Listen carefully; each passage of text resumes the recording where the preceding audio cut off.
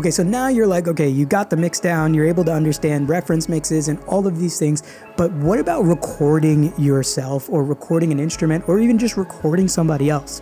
I'm gonna help you with that right now in this section. Here is something that is super important: proper mic placement. So first of all, actually, let's just even go back further. Picking the right microphone for what you're doing and what you wanna do and the room that you're in is super important. For example, I have this SM7B, great microphone.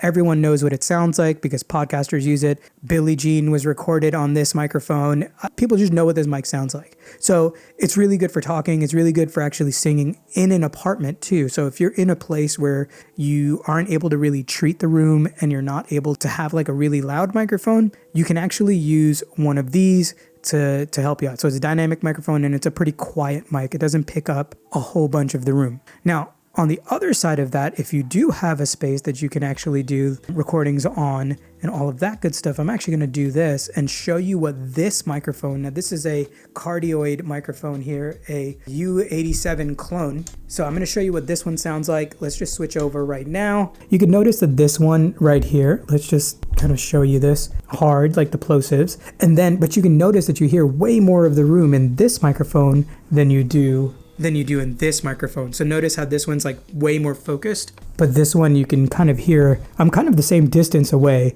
You can kind of hear there's more detail. It sounds nice, it sounds full, but also you hear a lot more of the room. So using these kinds of microphones, a large diaphragm condenser, will actually be better for when you have a very well treated room. So if you're in an apartment or if you have a small like bedroom that's not treated, I would use this microphone or something like it, an SM7B. So the other thing is you want to make sure that you have a pop filter. Notice this has a little foam thing. It's kind of like a pop filter, and the capsule for this microphone is actually back here. So about 6 inches is actually a good distance for you to be at your mic. Same thing with a cardioid microphone too. One of these like microphones that's a U67 or U87 kind of clone. It's actually a great microphone to be able to do that with. That's just 2 things there, is the proper mic placement and placing things correctly. Now, I'm not going to go into depth about how to mic a guitar, how to mic all of these things.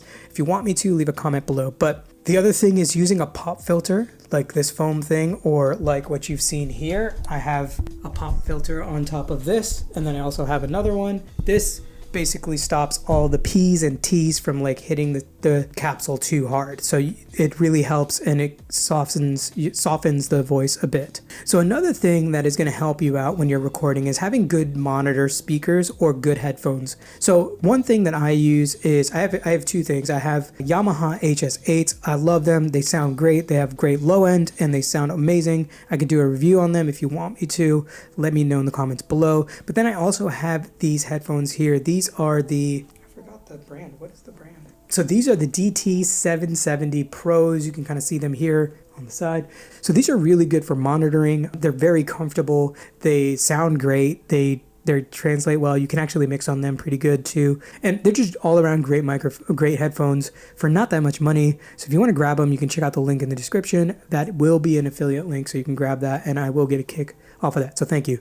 But having good headphones and having good speakers, or do not try to record or mix and any of that stuff and monitor your things on like a desktop thing. If you can help it, try to get better speakers or try to get a good set of headphones to help you monitor and hear what you're doing really well. Which actually leads me to another thing. So I know a lot of people don't have access to another space, or if you do have access to another space, you probably can't treat it. If you live in an apartment like I do, I can't treat it as crazy as I want to. And I also share this space with my wife, and that's totally fine. But if you can figure out how to get your gear, the right gear in the right space, you can actually get a great recording. I've recorded a bunch of vocals, and you can actually hear what the vocals will sound like in a room like this. There's like no treatment in this room aside from like this corner, and that's not even really doing anything. So recording in a quiet space is actually super important. I live in New York, so there's always something going on. So I'm recording at night right now, and it's great that it's quiet outside on the street.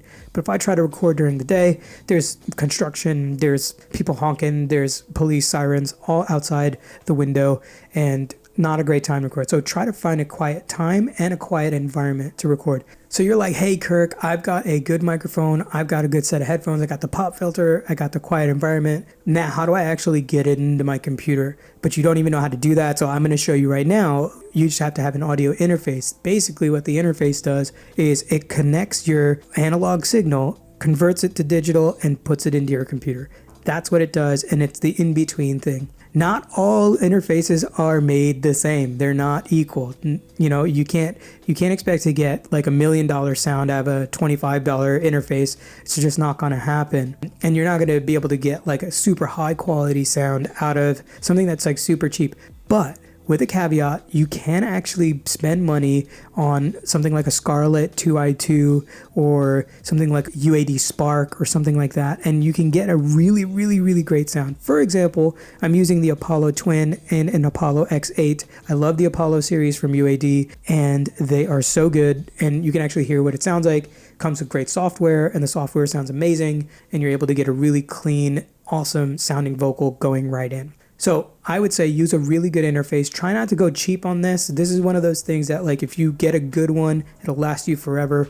The Apollo Twin, I like live and die by it right now, and I love it so much. And I've had it for a couple of years. I've recorded so many songs on here, and I've also, you know, you can also expand it as well. So I would say get into the Apollo line if you can. If you can't, the Focusrite stuff is also really great. And I hope you like this video and subscribe it and share it to a friend that's also learning how to produce, and leave a comment below on what you want me to go deeper in the next video. Peace.